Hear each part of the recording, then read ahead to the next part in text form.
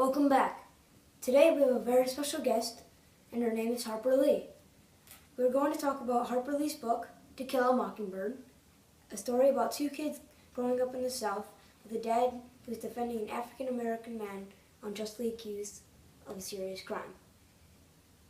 I have a few questions about your book, To Kill a Mockingbird, and its upcoming movie. Great, go ahead. Well, for starters, why do you think this is a powerful book? This book shows the world through a young girl's eyes. It addresses the realities of growing up in Macomb, Alabama during the late 1930s, a place and time when people weren't equal. I think people can relate to Atticus, a young single dad raising his two children, Scout and Jem, and as a lawyer for Tom Robinson. Also, I think people can relate to children's fascination with their shy neighbor, Boo Radley. I really agree with you. Even though Scout is a young girl, the book is about adult concepts like racism. I was particularly intrigued by Atticus as his role as the lawyer for Tom Robinson in the central conflict of the story. Can you talk about what he meant when he mentioned walking a mile in a man's shoes? Empathy is one of the book's main themes. Without empathy, it's impossible to understand how another person experiences the world. That's a lesson he wants Jem and Scout to understand. Atticus says, you never really understand a person until you consider things from his point of view.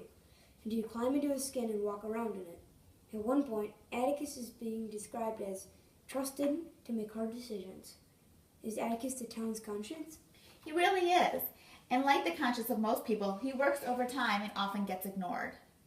You talk about how Jem and Scout show increasing empathy as they grow up. Can you give me an example? There are a lot of examples throughout the book.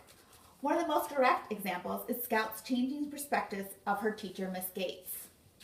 There's a part when Scout is talking to Jem about Miss Gates after the trial, and she says, I heard her say it's time somebody taught him a lesson. They get way above themselves, and the next thing they think they can do is marry us.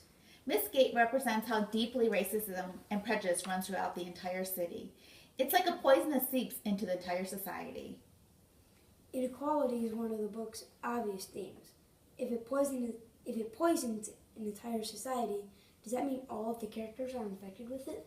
Entire societies are affected by big things like hatred that's directed at a certain group. It takes a special person to overcome that type of injustice.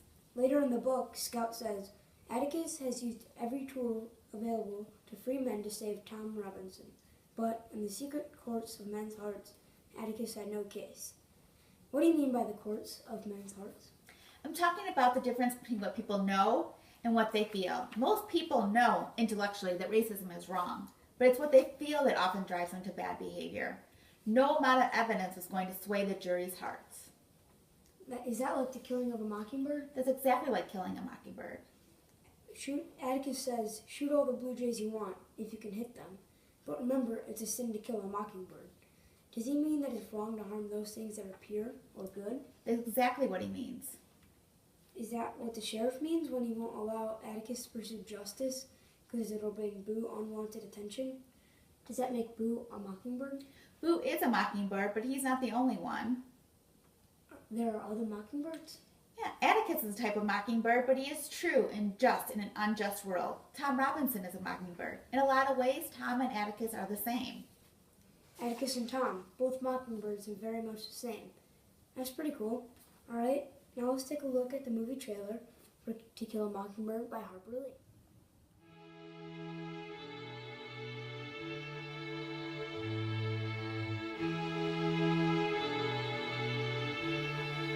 One Scout. You never really understand a person until you consider things from his point of view. I say guilt, gentlemen, because it was guilt that motivated her.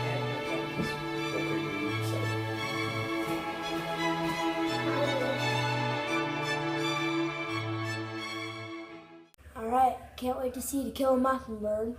Back to you, Roger. Alright, thanks, Max. Up next, why you should give Max an A. Back to you, Miss Prawl.